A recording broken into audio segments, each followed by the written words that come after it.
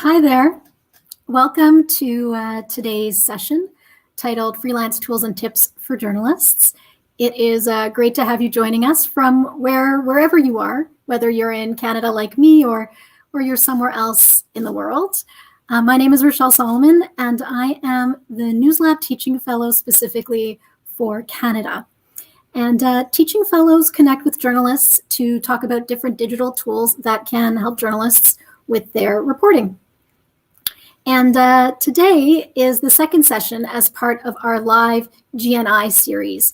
So you can watch back to last week's about vaccine and COVID-19 resources for newsrooms at the website you see on the screen.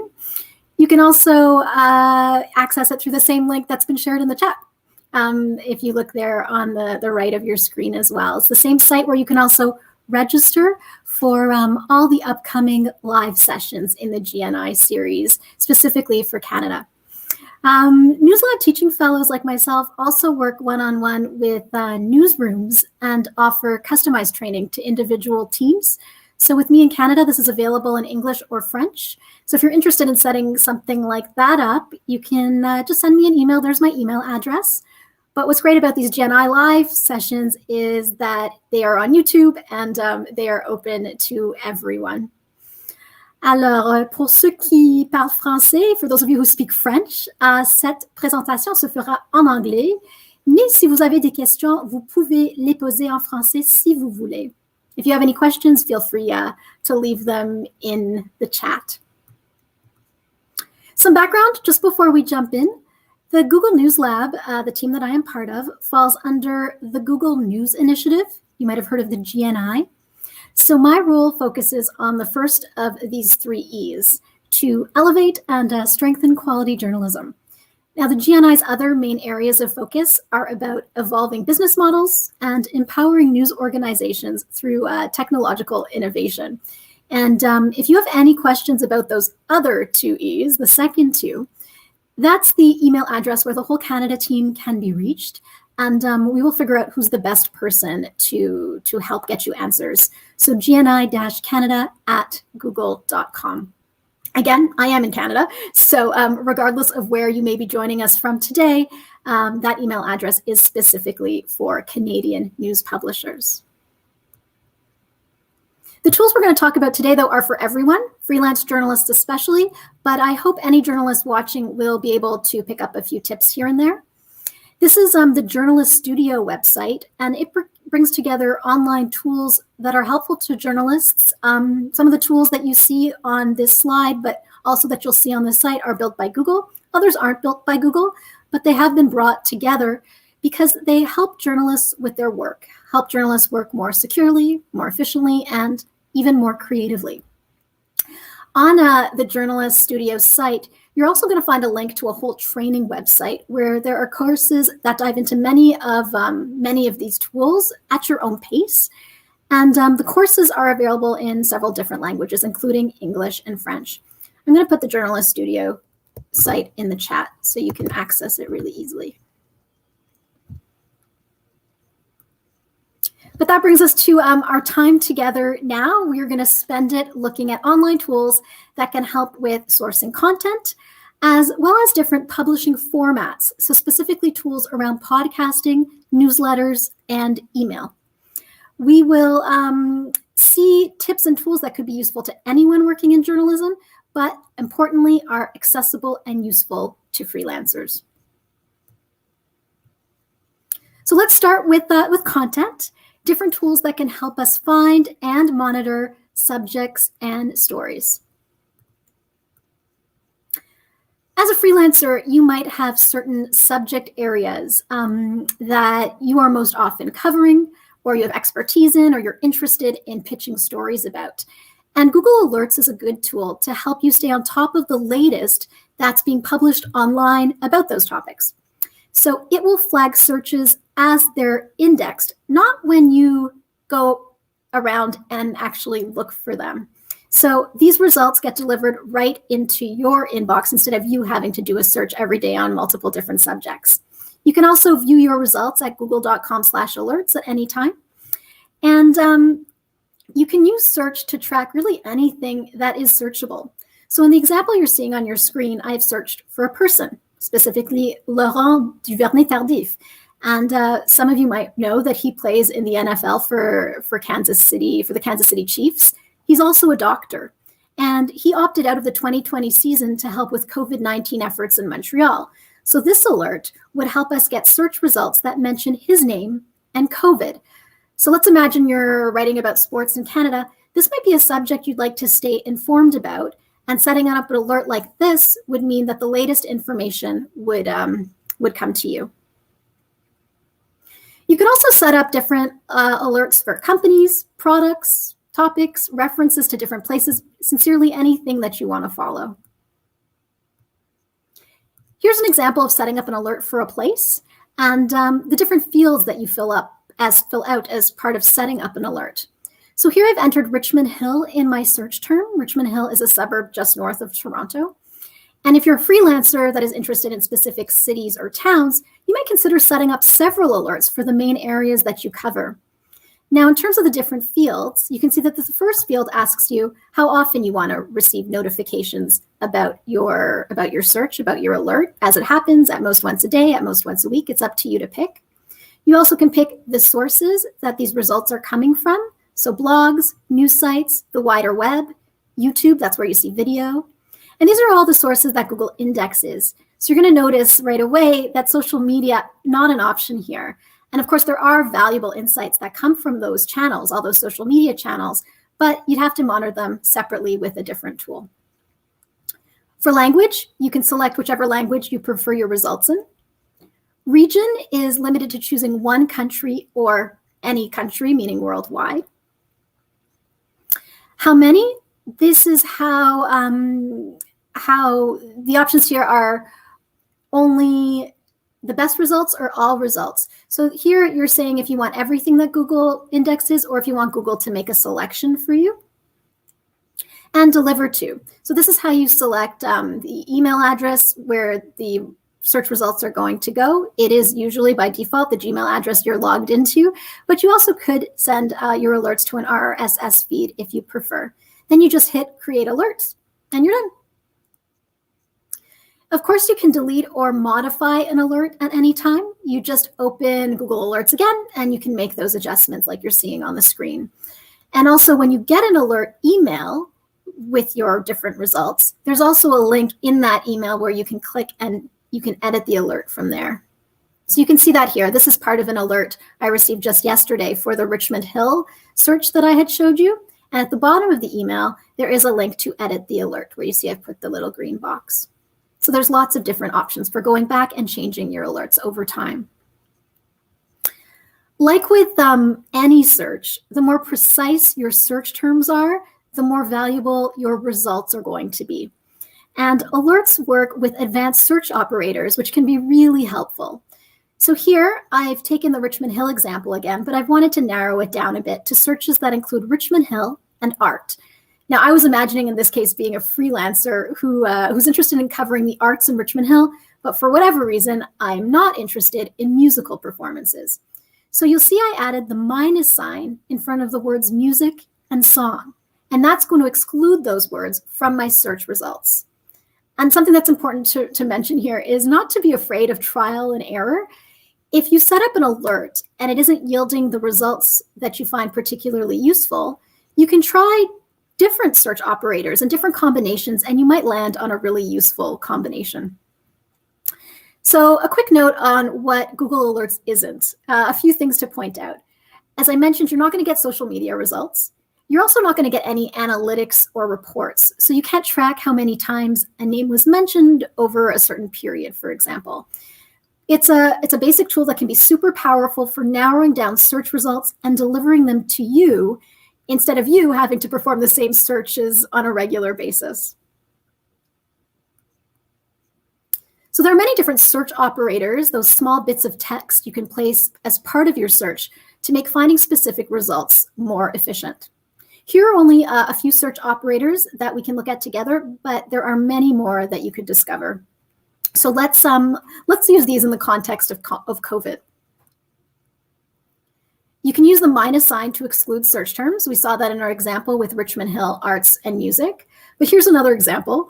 Let's think far into the future when you might be writing about vaccines but don't want results about COVID.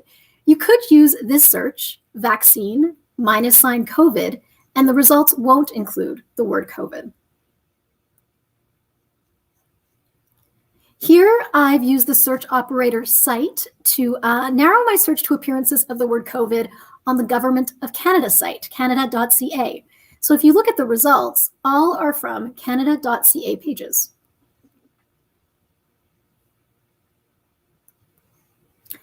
If you're looking for a certain type of file, maybe you want specifically presentation files or only PDFs, maybe you're looking for a data set, you could use the search operator file type, which will limit the type of search results that come back to only, in this case, in my example, XLS, which will limit my results to spreadsheets.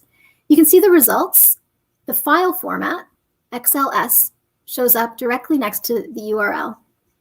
Here in this example, I was interested in results about homelessness and COVID in the file format of spreadsheets, XLS. And related. Related returns search results of websites that are related or similar to the one you're searching for. So in this case, I used bccdc.ca. This is the BC Centre for Disease Control. And so we see the results are showing other health organizations in British Columbia that maybe we were considering contacting for local reaction to a breaking story about COVID, for example.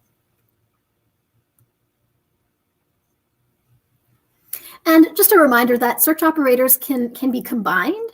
So you can see that in the example on your screen now. Here I've used the cite operator to limit my search to LinkedIn. We are looking for virologists and in Canada. And we want to include the word jobs, the word job. You see the minus sign from the URL because we want to remove any job postings from our results. LinkedIn is a site where jobs are posted. That's not what we're looking for. We're looking for, in this case, virologists in Canada who are listed on LinkedIn. Another little tip, don't put spaces between the search operators and the terms being searched. You can see that they're all squished together. When there's a search operator, it's right up against the colon. This is just how it works. You'll notice it won't work otherwise. By combining different search operators, you're also narrowing your search to get what you want faster. So this is where really a lot of that trial and error can come into play. And a little note for French users, like in a lot of language online, search operators remain in English. So for example, file type stays file type. You don't translate this to anything in French, or any other language you're searching in for that matter. You leave the search operators in English. Again, search operators we've seen together are only a few of what's out there. And there's always an advanced search cheat sheet of sorts directly on the main page of Google search. You access it at the bottom by clicking settings, and then you'll see advanced search. And here you don't even need to memorize those search operators. It's more like a form of fields that you can work through to narrow your search without inputting any search operators into a search bar. So next, let's continue with content and talk about Google Trends. Now, Trends helps us understand what the public is looking for online. I mentioned Trends in the last GNI Live about resources and tools for covering COVID-19, but Trends can sincerely be used for anything at any time. First, I just want to repeat what it is important that Trends is and isn't.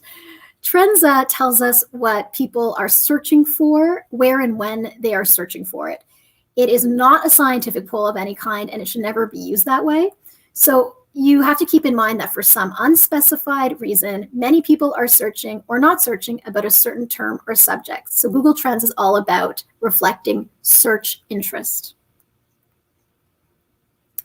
It should always be considered as one data point among others before you draw conclusions. So there's so much you can explore with Google Trends, but let's look at trending search data, which can be a great source of inspiration for pitching freelance work. Let's open Trends together.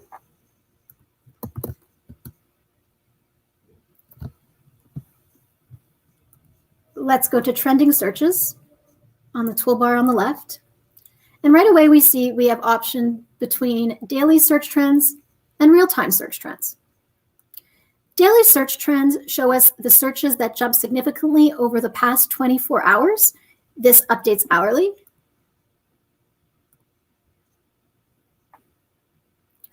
Real-time search trends shows us the searches that jump significantly across Google within the last 24 hours. So collections of topics, search interest, trending YouTube videos, Google News articles. Here you can break down the results into categories. You'll see here, the default is all categories, but you can also select from business, entertainment, health, sci-fi, or sports. And you can see the search interest over time.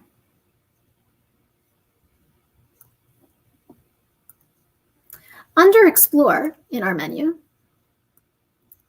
you can, as the name explains, explore yourself by entering different search terms and topics right into the tool. So as a freelance journalist or any kind of journalist, really, you could explore subjects and maybe use the search interest observed over time on Google Trends to pitch a story or to monitor change in a subject or topic over time. We go back to the slides. I thought we could look at an example together that I thought was interesting that I noticed over the holidays. I don't know if any of you heard about cocoa bombs. I started hearing about them over, I think it was over Christmas. These balls of chocolate, and on the inside they could have hot chocolate mix, maybe marshmallows, and then drop them in some warm milk. So I was thinking of a scenario of maybe I was a freelance food writer looking to pitch a story about a food trend. I could check out cocoa bombs on Google Trends and see what comes up. So let's do that together. So in my search bar, I'm going to search cocoa bombs. Oops, sorry. It would help if I spelt it right. Cocoa bomb. And here we're getting the worldwide search interest in cocoa bombs over the last 12 months. Let's change that to Canada because we have the option to zone in geographically on our country. And here we can say, just for Canada, the interest in cocoa bombs over the past year. What this allows us to now do is look at the breakdown by provinces.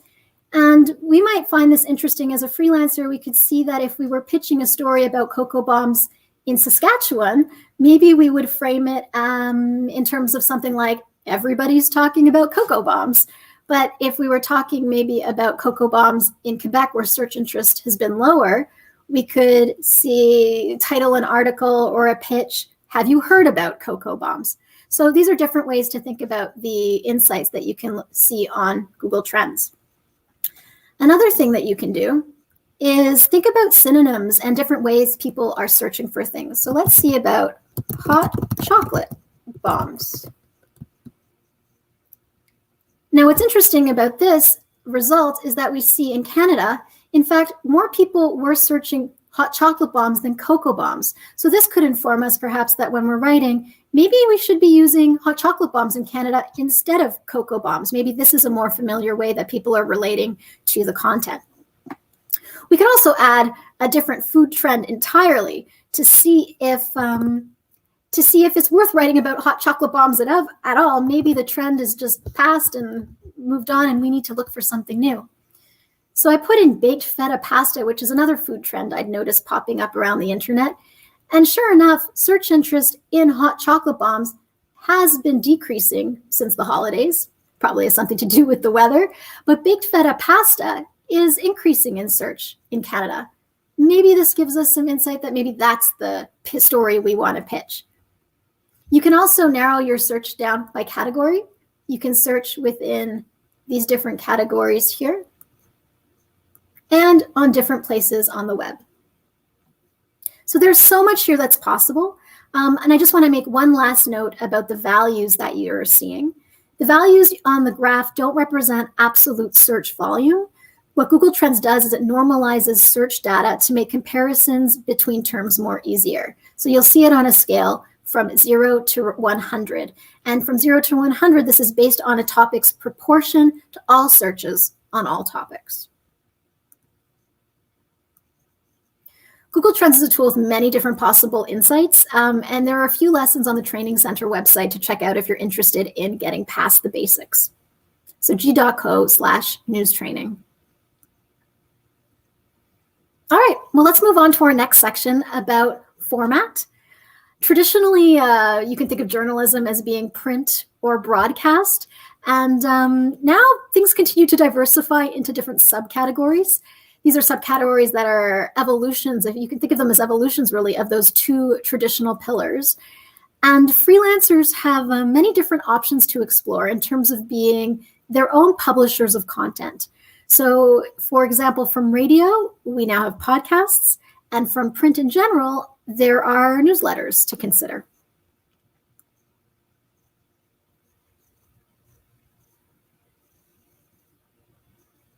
Oops, I'm on the wrong slide, aren't I? So let me go back quickly. Here was the news training site, if you were interested in that. And here we're moving on to the format section. And now we are into podcasting. So if you've ever considered podcasting, or even if you're already into podcasting but don't come from a traditional radio background and you're looking to explore, I don't know, some of the basics of audio production and audio storytelling, Google's partnered with PRX on the Google Podcasts Creator Program, and it's a great resource. If you're not familiar with PRX, it's the Public Radio Exchange, and it's a nonprofit that works with public radio stations and independent producers to help distribute programs to a wider network. So a program we might hear here in Canada on CBC Radio could be redistributed with the help from PRX to stations anywhere, really, maybe in the US, for example. And in fact, they do have a few CBC programs currently on their roster. So this is the site where they have different training opportunities, and that does include free regular webinars. I'm going to share the site with you in the chat, so you can check it out on your own time. And in fact, one of the training resources is a series of videos all about creating podcasts. And the 10 episodes that are online cover everything from should you make a podcast in the first place, right through to different tools and tips for recording and editing.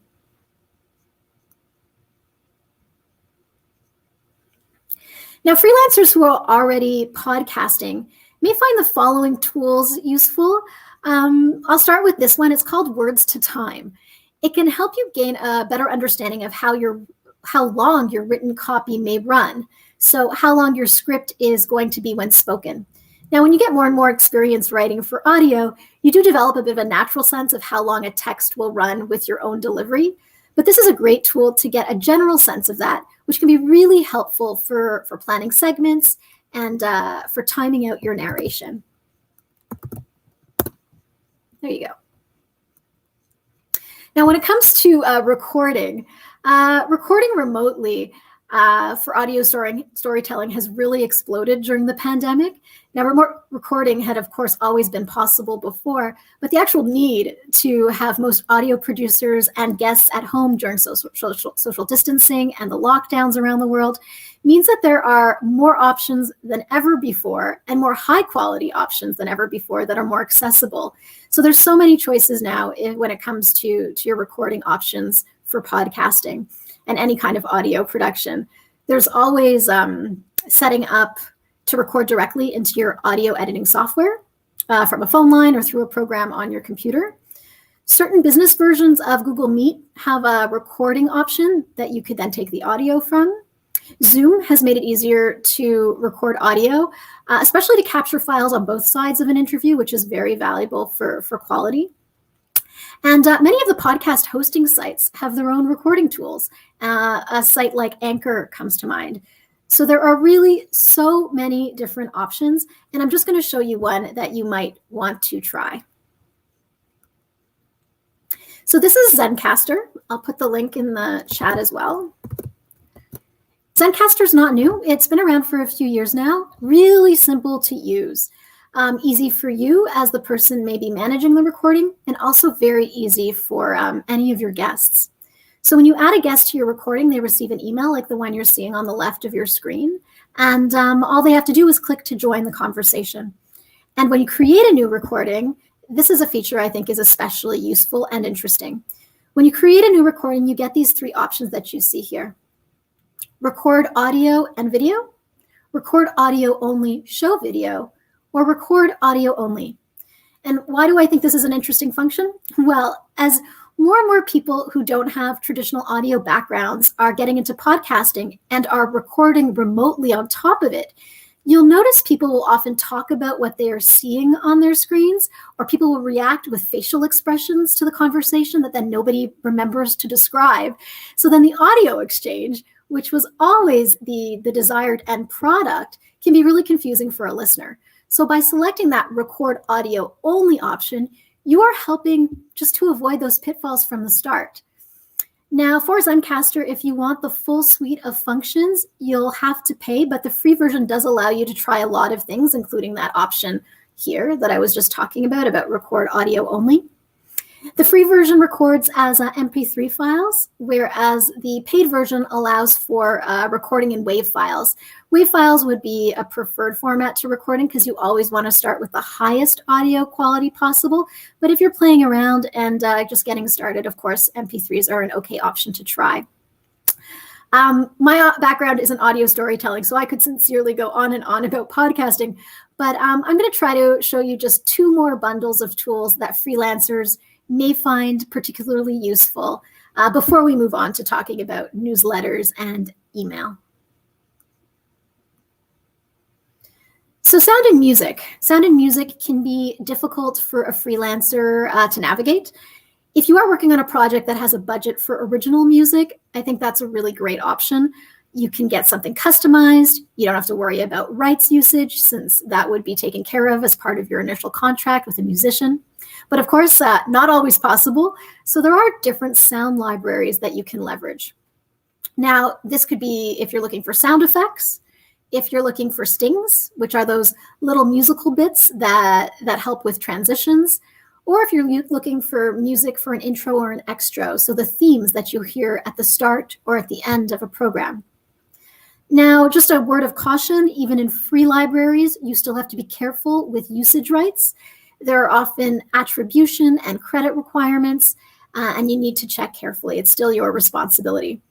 So here are just 3 examples of sound databases that include Creative Commons licenses of some kind.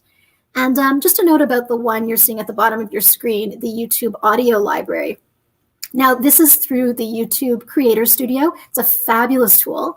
You do have to be signed into the YouTube channel associated with your Gmail account to get access to this suite of sounds. So that's just something to remember. Now, when you're trying to share and promote the audio that you've created, you may want to consider audiograms. Now, audiograms are short snippets of your podcast that would then entice a listener to check out the whole thing, kind of like a promo or a little commercial. And these little audio samples are combined with visual elements, because even though audio is seeing a huge surge in popularity right now, video is what rules on social media. It's just what gets people's attention. So an audiogram allows you to caption your audio snippet, which is a great feature because when you think about how often social media is consumed silently with your phone or tablet volume off, this way the potential future listener can actually read along to what your snippet includes. So these are just 2 tools, again, that have free options that allow you to test and check out what they offer to create different audiograms. So Wave and Headliner. Again, just 2 of many different tools currently out there. This is an example of some of the templates with Wave. So they provide options that are good for different social media platforms and suggest different types of content. You can also create your own template from scratch. And these templates in this tool and in others, they allow you to select different waveform animations. So it really does bring your content to life and integrates audio in a visual way. In fact, if you've used the graphic design platform Canva before, it's similar to that, but for this specific use case of audiograms. And Canva is another great tool for freelancers looking to create some visual content. This is just a quick screen capture from the Headliner website with examples from different tweets. I have the site here as well, and I'm going to click on this one from Julie's library. I don't know if you can hear the audio. I'm hearing it now, but I had some trouble with my audio earlier. But regardless of whether you can hear it or not, you could see that as it's playing, there's a transcript of the captions and the waveform is brought to life. So it's a great way of bringing audio content to a new audience and attracting listeners in. To move us along from podcasting to newsletters, I want to share the 2020 Digital News Report, which is assembled with support from academic partners around the world. In Canada, this is with the Centre d'études sur les médias out of Quebec City, which is affiliated with Université Laval. And research for the 2020 report was conducted across 40 different countries. And the key findings included the rising popularity of curated editorial products, as they call them, like podcasts and email newsletters, specifically what we're talking about today. Now, newsletters making a comeback can mean different things to different groups of people. Now, for larger publishers, the interest could be to build loyalty in readership and maybe routine. For a freelancer, this could be a potential revenue source and maybe used to build personal brand awareness. There's just some ideas. There are, of course, all sorts of different motivations. I'll share the report for anyone who is interested in reading a little bit more. Again, the insights are global. So newsletters, nothing new, but different subscriber models have been getting more popular over the past few years. For some people, this is a way to monetize online content. So subscription model newsletters have become a way, in a sense, to be your own publisher, the way podcasting or using YouTube can allow you to become your own broadcaster. So these are avenues to consider as a freelancer. And of course, there's both celebration and criticism of this model. I'm going to drop the links to these two essays in the chat. I think they provide an interesting look at the newsletter subscription model. So the one on the left that you're seeing is from the New Yorker. It was written in December of 2020, so just a few months ago, by Anna Wiener. And she takes a more critical and constructive look. Here, I'll share that right now. And then what you're seeing on the right is an essay written by Craig Maud. He has two newsletters with about 25,000 subscribers each, at least as of January of this year. And he takes a constructive look at the model as well, but is also more celebratory as someone who is using this medium and has a dedicated following. Here is that. Now, one of the main platforms that is mentioned in both and that you see in the title of the New Yorker piece is Substack. You can publish a newsletter on Substack for free, but when you do switch to the paid model, the minimum charge is $5 a month or $30 a year for your subscribers, and then the company takes 10% of that. One of the interesting features of Substack is that you can see what's popular. Now, they publish a leaders board like this, and for free publications, they rank according to active readership. For the top paid publications list, they focus on revenue, so what people are paying the most overall to subscribe to. Now, looking at this can give you insight as to whether a certain niche subject is being covered or not, and also it's useful to see what performs well on the platform for subscribers, especially if you have considered or might be considering jumping into writing a newsletter. City Hall Watcher is an example of a Canadian newsletter on Substack. It is written by Matt Elliott. Matt Elliott has covered Toronto City Council for 8 years, and no big surprise, his newsletter reports on everything about Toronto City Council. It is delivered to his subscribers weekly, every Monday around 5 o'clock. And the subscription, $5 a month with an annual subscription of $50 a year, all plus tax. And he also offers free subscriptions to students and others who might not be able to afford a subscription. Now, in the interview with Now Toronto that you see on the left side of your screen, he mentions that he has over 900 paying subscribers after starting the newsletter 2 years ago. I'm going to share a link to this article because there's also a podcast episode at the bottom of the article that includes Matt Elliott and 2 other Toronto writers who share their personal experience jumping into this world of newsletters. There you go. Now, Review is another player in the newsletter platform space. It was recently acquired by Twitter. Difference here, Substack takes 10% of subscriber revenue. Review is set at 5% right now. So both platforms are free if you want to publish for free to your subscribers, but when you start charging your subscribers, that's when the platform will start taking a cut. Here's that link. If you're interested in learning more about Review and you already have a Twitter account, you simply have to open your account and on the left-hand side, click on More in the menu, and then you'll see an option that says Newsletter, and there's then a link out for more information. If we turn our attention to email, there are lots of tools for creating newsletters that end up in our inboxes in one way or another. But what about email as a tool for content itself?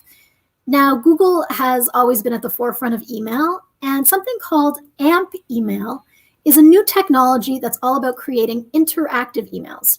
So that means having the ability to take a static email and to modernize the email experience by integrating dynamic content and different interactive elements. So a newsletter could essentially be used like a website if you wanted. And the email sender could do things like update information within an email in real time. The recipient would be able to perform tasks without having to click a link that opens a new browser and then fill in a form there. Instead, they'd be able to RSVP for an event within the email itself or fill out a form without leaving their inbox. Now, there's a full sandbox to experiment with the amp.dev website. However, this is something that is for those of you who are more technically inclined. It is fully code-based as a tool. But if you do have those advanced skills, take a closer look, explore a little bit. These are some really exciting new developments and that maybe one day will be more accessible to mainstream email writers. Might take a few years. We might be thinking a little down the road till just anybody is updating emails live. For now, those components are available in an open source community that you can find under the documentation tab on the site shared on your screen. And I can also drop that site in the chat right now. In terms of what email is currently compatible, there are 3 services. So compatible with Gmail, compatible with mail.ru, and Yahoo Mail. They all support AMP emails currently. As a quick sidebar, I want to just spell out that AMP stands for Accelerated Mobile Pages. So Accelerated Mobile Pages, AMP. And as that name suggests, the overall goal of AMP is to provide a faster mobile user experience. And this means bringing down a web page on the back end to only the basics that are relevant to a mobile user. So I mentioned Google AMP is being used for email. It's also being used for stories. I'm not going to go into this in detail, but I think it's definitely worth sharing for freelancers who are active on social media platforms and who like using the stories format for publishing content.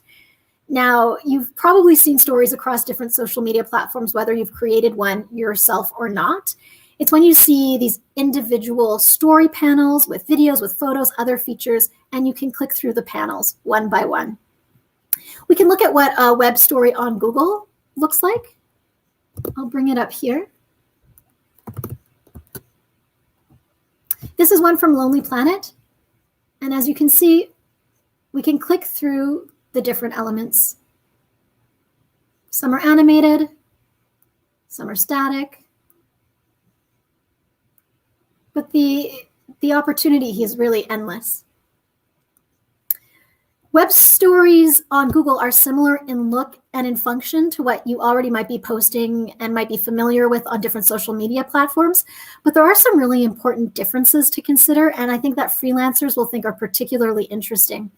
The website does a great job outlining many of the differences. I'm going to share the link, but some of the standouts to me in terms of what a journalist might consider is that with these web stories, you can fully write the full story before publishing it. You don't have to do it one post at a time. Your stories are also accessible like any web page. So they're not restricted to one social media platform. There's no expiration date. So unlike stories elsewhere, you control if you want to keep it up. These are published by you. So if you monetize the content, you own the content, you keep the revenue.